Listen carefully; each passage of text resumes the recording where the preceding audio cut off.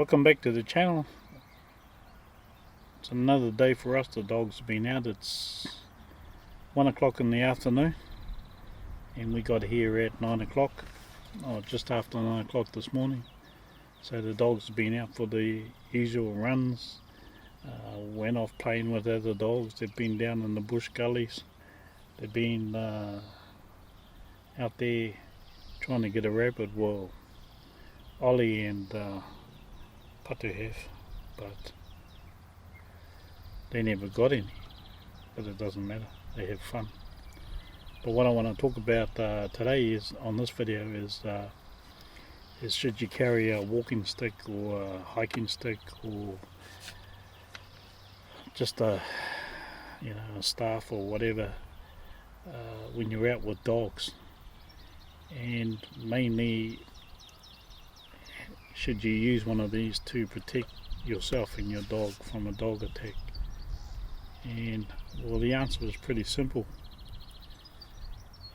If a dog's going to attack you, it's going to attack you whether you got a stick or not.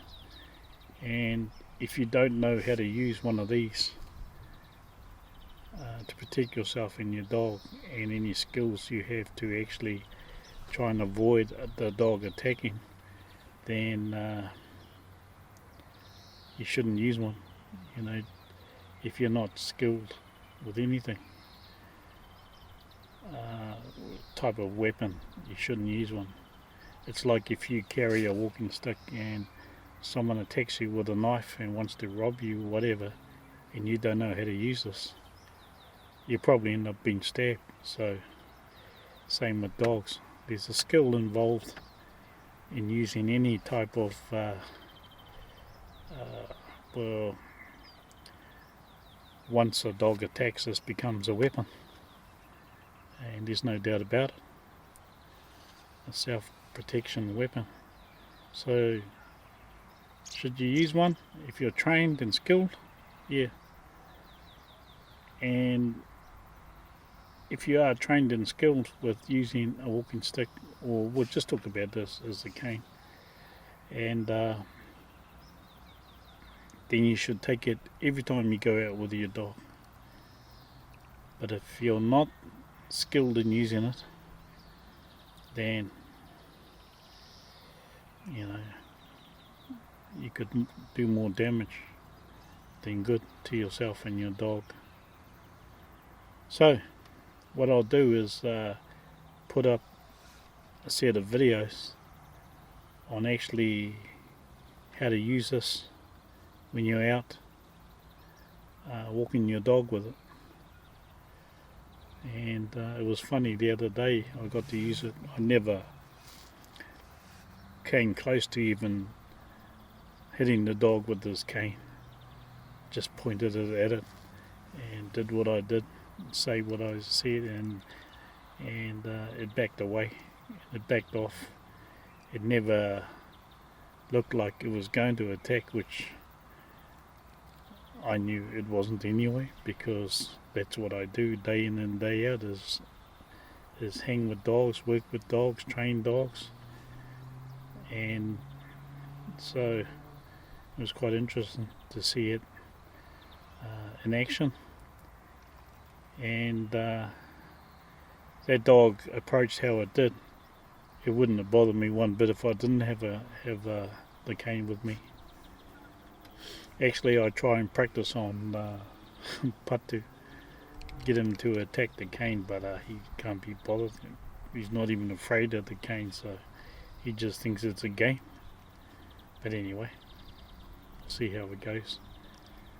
So stay tuned for the next couple of videos, and I'll get stuck into how to use this thing if you're gonna use it out walking with your dog. So I'll demonstrate this on Patu, on how to use a cane to get a dog away, a nuisance dog away from you, and so see how it goes with him. But anyway, so what you do is you point the cane directly at the dog's face and tell it to get or stay, and that's all you do. Make sure you're very assertive in your commands, make sure you're standing tall. And the one thing you don't want to do with any dog that you're doing this to is actually wave the cane around in its face. You don't want to do that. You don't want to start jabbing the dog with the tip of the cane. That could make it matters worse. Hold the cane as still as you can and give the dog verbal directions straight from who you are, and that's what you do.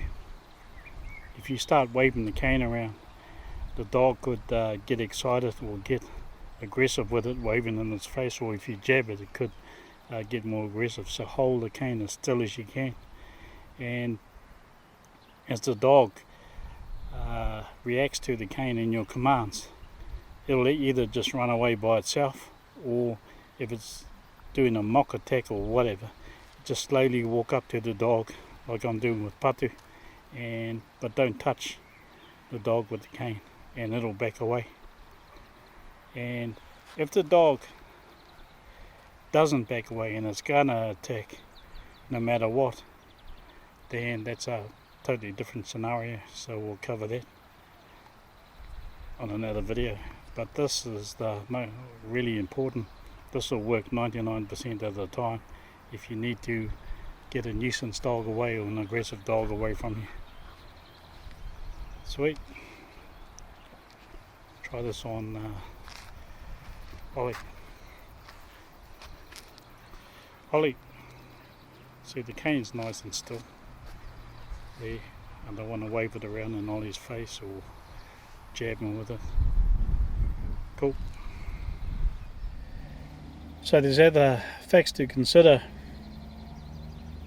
when you're actually pointing a cane at a dog.